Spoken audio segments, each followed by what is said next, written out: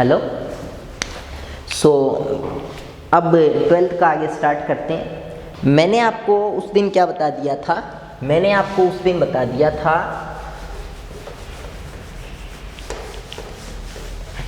ओरेस्टेड्स experiments, और अब उससे आगे का मैं आपको बताऊंगा। उससे आगे का अब है नेक्स्ट मैग्नेटिक फील्ड। थोड़ी बहुत मैग्नेटिक फील्ड के बारे में क्या है डेफिनेशन। ठीक है, सो स्टार्ट करते हैं। Magnetic field the time today. Okay, so बात करते हैं मैग्नेटिक फील्ड की।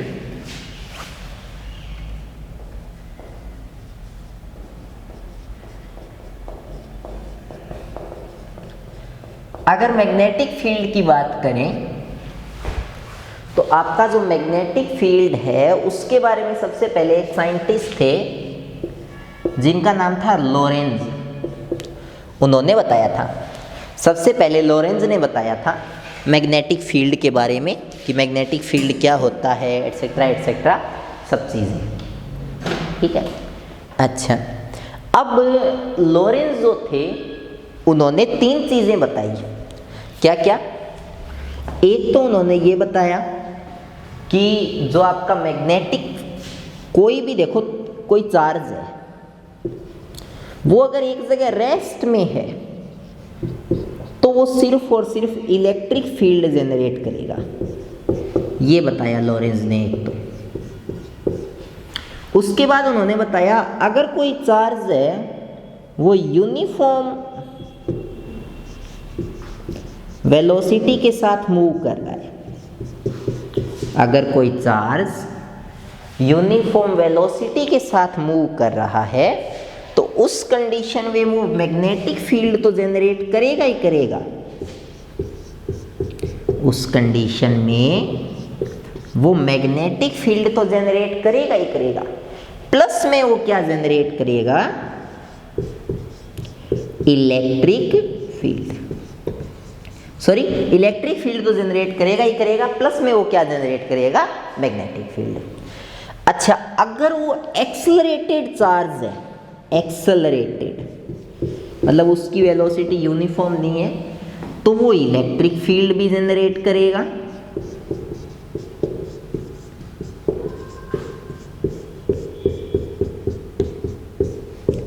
वो मैग्नेटिक फील्ड भी जनरेट करेगा।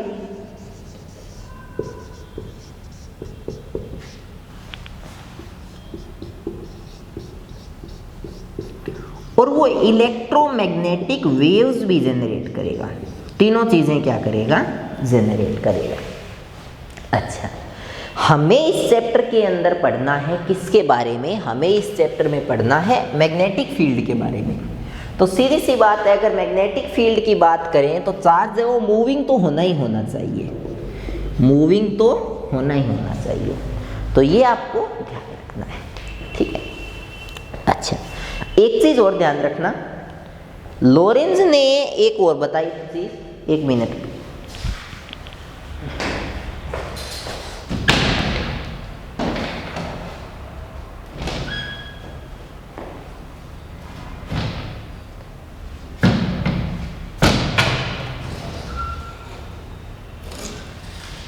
ओके।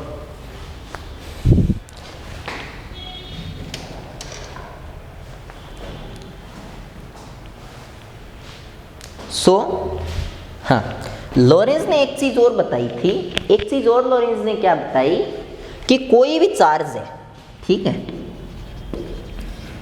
अगर वो मैग्नेटिक फील्ड में मूव कर रहा है, ठीक है, अगर कोई भी चार्ज है वो मैग्नेटिक फील्ड में मूव कर रहा है, हमने बाहर से कहीं से कोई मैग्नेटिक फील्ड लगाया और उस मैग्नेटिक फील्ड में वो चार्ज मूव कर रहा है, तो उस पे लगने वाला जो फोर्स F होगा वो इक्वल होगा Q, यानी उस चार्ज की वैल्यू, उसकी वेलोसिटी और जिस मैग्नेटिक फील्ड में वो मूव कर रहा है उनका क्रॉस प्रोडक्ट और यूनिट वेक्टर। ठीक है, क्लियर है? अगर मैं इसको मॉडुलस में लिखूं, मतलब सिर्फ इसकी वैल्यू, तो ये हो जाएगा क्यू वी क्रॉस टी। और इसको मैं ऐसे भी लिख सकता हूं Q V B sine theta. तो ये एक फॉर्मूला आ गया जहां साइन थीटा क्या है, उसकी वेलोसिटी और मैग्नेटिक फील्ड के बीच का एंगल। वेलोसिटी और मैग्नेटिक फील्ड के बीच के एंगल का मतलब क्या हुआ? वेलोसिटी और मैग्नेटिक फील्ड के बीच के एंगल का मतलब ये हुआ कि मान लो एक आपने एन पोल ऐसे रख दिया और एक आपने एस पोल ऐसे रख दिया, ये रख दिया आपने एस पोल। अब ये इधर वाला एन पोल है, इधर वाला एस पोल है, इन दोनों के बीच में इस तरह से मैग्नेटिक फील्ड होगा।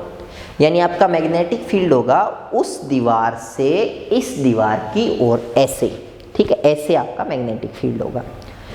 अब चार्ज है वो अगर इस हिसाब से आता है, इस हिसाब से ऐसे, मैग्नेटिक फील्ड ऐसे है इस डायरेक्शन के अलोंग, आपका चार्ज है वो यहां से आता है इस डायरेक्शन के अलोंग ऐसे, तो चार्ज की वेलोसिटी इस डायरेक्शन में, मैग्नेटिक फील्ड इस डायरेक्शन में, ये डायरेक्शन दोनों एक दूसरे के क्या हुई? परपेंडिकुलर। यानी थीटा कितना हो गया? 90। यानी चार्ज है वो यहां से एंटर करता है, यहां का मतलब चार्ज ऐसे एंटर करता है, तो ये एंगल कितना हुआ? ये एंगल हुआ आपका 90 डिग्री, ठीक है। तो अगर चार्ज मैग्नेटिक फील्ड के परपेंडिकुलर घुसता है, if charge passes magnetic field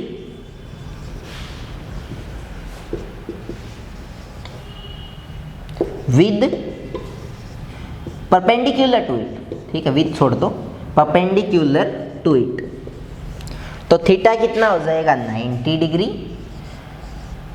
और अगर थीटा 90 डिग्री हो जाएगा तो यहाँ साइन 90 की वैल्यू 1 हो जाएगी, आंसर आ जाएगा क्यू वी बी।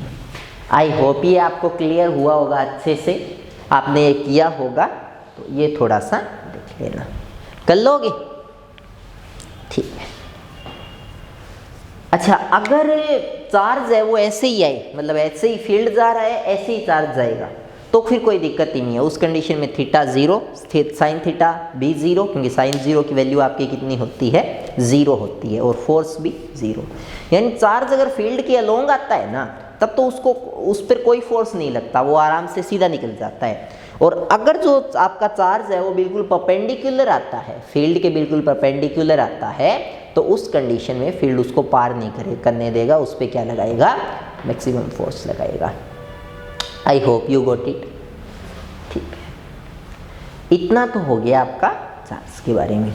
अब देखो, यहाँ से मैग्नेटिक फील्ड की डेफिनेशन आप निकाल सकते हो, यही डेफिनेशन हम लोग देते हैं मैग्नेटिक फील्ड की। मैग्नेटिक फील्ड की डेफिनेशन यहाँ से क्या आ गई आपकी? फोर्स, देखो अगर यहाँ थीटा 90 है, पहले ही देख लेना, अगर चार्ज है वो मैग्नेटिक फील्ड के परपेंडिकुलरली एंटर कर रहा है, तो उस कंडीशन में आपका जो B है वो F बाई में क्या आएगा? QV आएगा, ठीक है। और अगर B F बाई में QV आएगा तो ये आपका क्या हो जाएगा? ये आपका फॉर्मूला हो जाएगा। अच्छा, एक चीज़ और, अब चलो इतना तो कर लिया आपने। हाँ, अगर आप Q को 1 कर दो और V को 1 मीटर पर सेकंड कर दो, तो आपका जो फोर्स है वो किसके इक्वल हो जाएगा? B के इक्वल हो जाएगा। तो यहाँ से आप मैग्नेटिक फील्ड की क्या दे सकते हो? यहाँ से आप मैग्नेटिक फील्ड की डेफिनेशन दे सकते हो। क्या डेफिनेशन दोगे आप यहाँ से मैग्नेटिक फील्ड की? यहाँ से आप मैग्नेटिक फील्ड की ये डेफिनेशन दे सकते हो कि अगर कोई 1 कूलाम चार्ज, 1 कूलाम का कोई चार्ज अगर फील्ड में, फील्ड के परपेंडिकुलरली 1 मीटर पर सेकंड से मूव करता है, तो उस पर जो फोर्स लगेगा उसी फोर्स को क्या बोलते हैं? मैग्नेटिक फील्ड बोलते हैं। मैं दोबारा बोलता हूँ, 1 कूलाम का कोई चार्ज 1 मीटर पर सेकंड से फील्ड के परपेंडिकुलर जिस वेलोसिटी से व्हाट आई एम सेइंग यार, 1 कूलाम का कोई चार्ज 1 मीटर पर सेकंड से अगर मैग्नेटिक फील्ड के परपेंडिकुलर फील्ड में एंटर होता है तो उस पर लगने वाला जो फोर्स है वही किसके इक्वल होता है, उसके मैग्नेटिक फील्ड के इक्वल होता है। कर लोगे इसको तो ये आपकी क्या है, फील्ड की डेफिनेशन है। उसके बाद में आपको क्या पूछते हैं, उसके बाद में आपको पूछते हैं फील्ड की यूनिट, कि मैग्नेटिक फील्ड की यूनिट क्या होती है। तो देखो मैग्नेटिक फील्ड की जो आपकी यूनिट होती है वो वैसे तो यहाँ से निकालोगे तो न्यूटन पर कूलाम मीटर पर सेकंड, यानी वैसे तो मैग्नेटिक फील्ड की यूनिट होती है न्यूटन सेकंड पर कूलाम मीटर। और वैसे एक साइंटिस्ट थे टेस्ला, जिन्होंने मैग्नेटिक फील्ड, करंट, मैग्नेटिज्म के ऊपर काफ़ी वर्क किया था। आज टेस्ला एक कंपनी भी है जो इलेक्ट्रिक कार्स वगैरह का बिजनेस देखती है। तो उन्हीं के ओनर में हमने मैग्नेटिक फील्ड की ये जो यूनिट है, एसआई यूनिट, इसको क्या नाम दे दिया, टेस्ला। ठीक है, और टेस्ला है मैग्नेटिक फील्ड की वो बहुत बड़ी यूनिट है, ये आप ध्यान रखना। टेस्ला कोई मैग्नेटिक फील्ड की छोटी यूनिट नहीं है, बहुत बड़ी यूनिट है। तो हम लोग नॉर्मली इतना फील्ड है वो यूज़ में नहीं लेते अपने डेली लाइफ में, और इसीलिए हम लोग डेली लाइफ में जो यूनिट काम में लेते हैं फील्ड की वो है गाउस। ठीक है, ये आप ध्यान रखना। डेली लाइफ में जो हम फील्ड की यूनिट काम में लेते हैं वो आपकी कौन सी है, वो है गाउस। और एक चीज़ और, जो आपका 1 टेस्ला है वो इक्वल होता है 10⁴ गाउस की। तो ये भी आपको ध्यान में रखना है।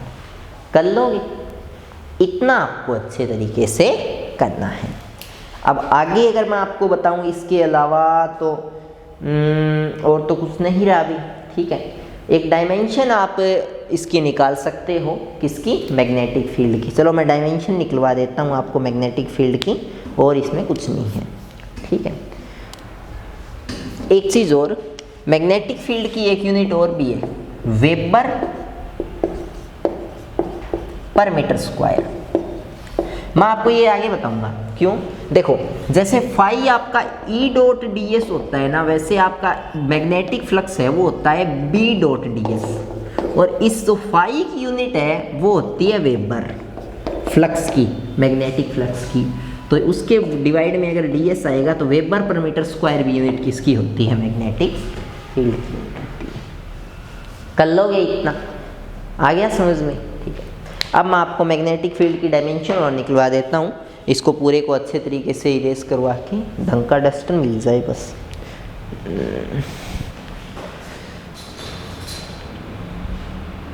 इसको देखते हैं काम करता है क्या। मिल गया,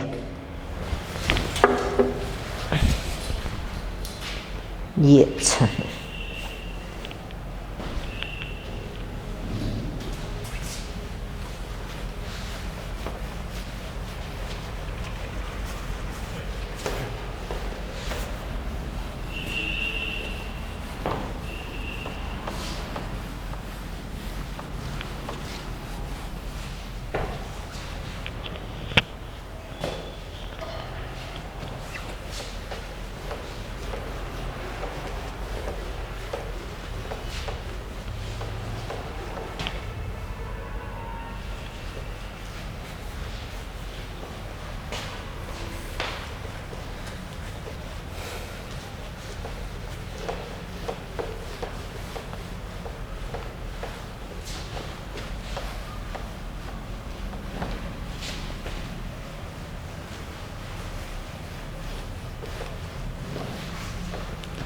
Okay, so see next, let's see next.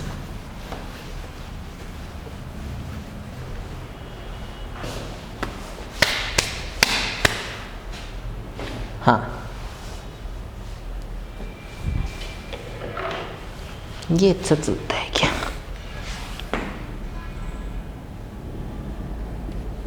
हाँ, अरे वाह, ये अच्छा चलता है। डायमेंशन ऑफ मैग्नेटिक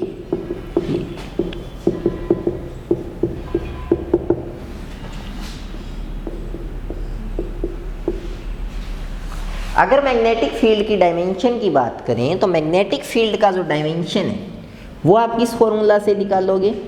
भी अगर परपेंडिकुलर एंटर करता है तो F is equal to Q V B, तो B is equal to F by में क्यू वी। अब यहाँ से देखो फोर्स की जो यूनिट है वो तो सबको याद होती है, क्या होती है? mL/t-2। ठीक है। अच्छा, चार्ज की यूनिट देखो I इज इक्वल टू आपका होता है Q/T, और ये जो करंट है इसकी इसकी डायमेंशन जो होती है वो आपकी होती है A, जिसको हम लोग बोलते हैं एम्पियर। तो अगर Q की डायमेंशन निकालोगे तो वो कितनी आ जाएगी? A इंटू में T, यानी A1T1। तो आपको ये याद ही रखना है कि जो चार्ज होता है उसकी डायमेंशन आपकी क्या होती है? A1T1। और जो आपका वेलोसिटी है वो तो मीटर पर सेकंड, तो लेंथ पर टाइम का मतलब टाइम की पावर -1। अच्छा, अब इसके अंदर देखो -1 + 1 कैंसिल आ गया, L से L कट गया, तो डायमेंशन क्या आ गई? M1 A-1 T-2 या MA-1 T-2। ये आपकी क्या है? ये आपकी डायमेंशन है। कर लोगे इतना? ठीक है, आई होप ये कर लोगे। इसके अलावा मैंने आपको ये पहले ही बता दिया कि जो टेस्ला है वो बहुत बड़ी यूनिट है। हम नॉर्मली देखो पूरी जो आपकी अर्थ है ना, पूरी अर्थ है, इसका टोटली आधा गाउस इसका टोटल मैग्नेटिक फील्ड है। ठीक है। और जो बड़े बड़े न्यूट्रॉन स्टार्स होते हैं, मतलब जैसे सन वगैरह हो गया, इनका भी मैग्नेटिक फील्ड है वो 200-400 टेस्ला, सॉरी 2-4 टेस्ला के लगभग है। ठीक है, 2-4 टेस्ला बहुत बड़े तारों का जो मैग्नेटिक फील्ड है वो है। बाकी 200-400 टेस्ला का फील्ड है वो तो हम कभी जनरेट ही नहीं कर सकते, और अगर जनरेट करना चाहें तो कोई 1-2 सेकंड के लिए जनरेट कर सकते हैं, इससे ज़्यादा जनरेट नहीं कर सकते।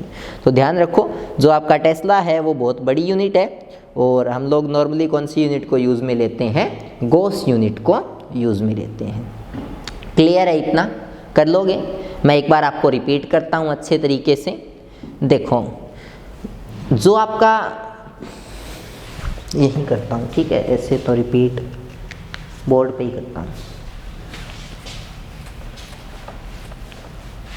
क्या क्या पढ़ा आपने इस वीडियो में? समराइज करते हैं।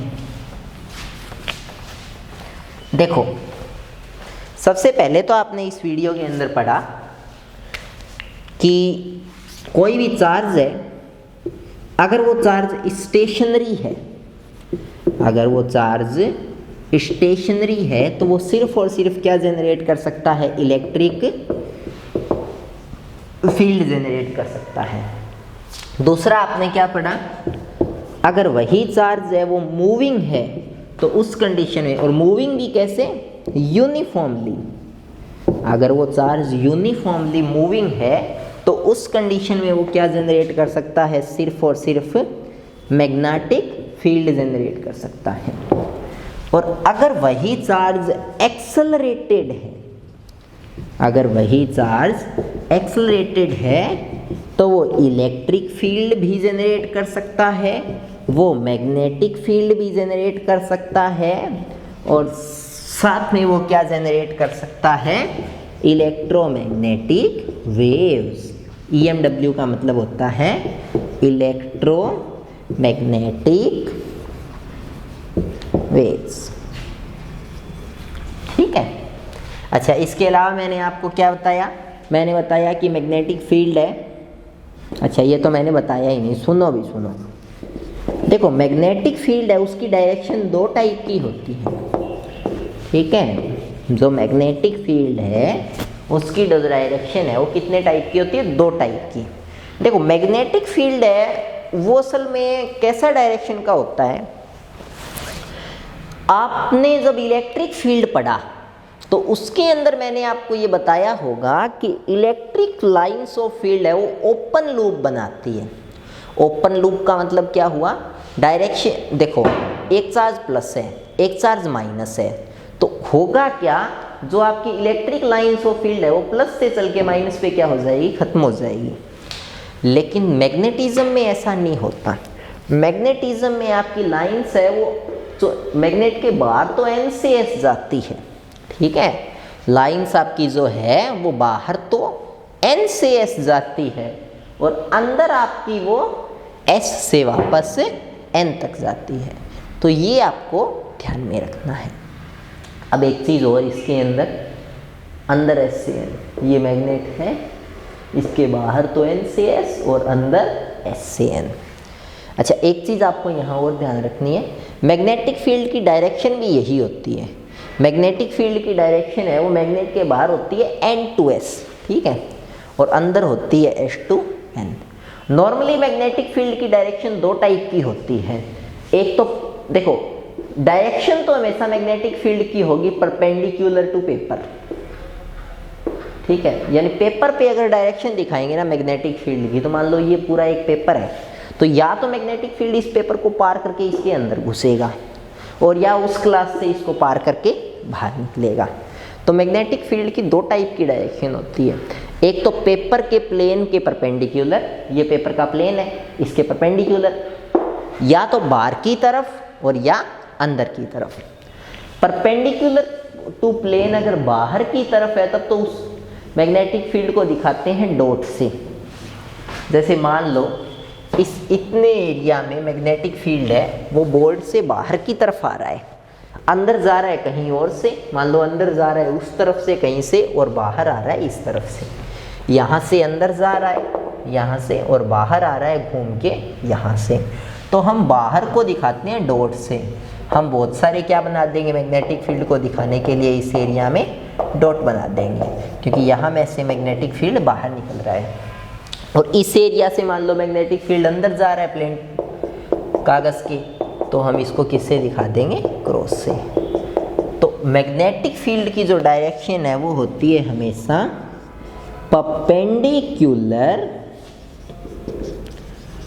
टू पेपर,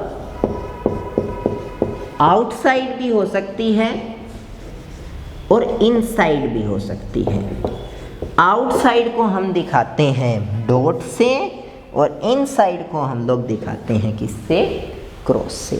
ये चीज़ भी आपको क्या रखनी है, ध्यान में रखनी है। अच्छा, आगे और देखते हैं मैंने आपको क्या समझाया था इसके अलावा। हाँ, इसके अलावा मैंने आपको बताया था कि मैग्नेटिक, एक लॉरेंज नाम के साइंटिस्ट थे, उन्होंने बताया था कि अगर पहले से कहीं पे इलेक्ट्रिक फील्ड लगा हुआ है और उस इलेक्ट्रिक फील्ड के अंदर कोई चार्ज एंटर करता है तो उस पर फोर्स लगता है QVB sin थीटा, और अगर परपेंडिकुलरली एंटर करता है तो थीटा कितना हो गया 90, F इज इक्वल टू कितना आ गया QVB, ठीक है। अगर F is equal to QVB आ गया तो यहाँ से B जो आपका है वो कितना आया, F अपॉन में Q। फिर मैंने आपको इसकी यूनिट निकलवाई थी यहाँ से कि इसकी यूनिट न्यूटन, इसकी यूनिट चार्ज की कूलम, इसकी मीटर पर सेकेंड, तो आपकी B की यूनिट हो गई न्यूटन सेकेंड पर बट बाई कूलम मीटर। फिर मैंने आपको इसके क्या निकलवाई थी, डायमेंशन निकाली थी। तो इस पूरे के अंदर मैंने आपको ये बताया था कि मैग्नेटिक फील्ड क्या होता है, कितना होता है। फिर मैंने आपको ये भी बताया था कि मैग्नेटिक फील्ड जो आपका होता है वो मतलब काफ़ी, जो मैग्नेटिक फील्ड है वो एक साइंटिस्ट टेस्ला थे, उनके ऑनर में उनका नाम टेस्ला भी हमने रखा। और इसके अलावा मैंने आपको ये भी बताया था कि मैग्नेटिक फील्ड की छोटी यूनिट है वो गॉस होती है, 1 tesla is equal to 10⁴ Gauss.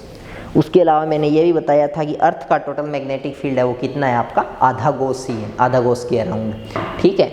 और कई न्यूट्रॉन स्टार होते हैं उनका ज़्यादा से ज़्यादा 1 गॉस, 2 गॉस या 2 टेस्ला, 1 टेस्ला तक जाता है, बट वो काफ़ी बड़े स्टार्स है, सन से भी काफ़ी बड़े, ठीक है।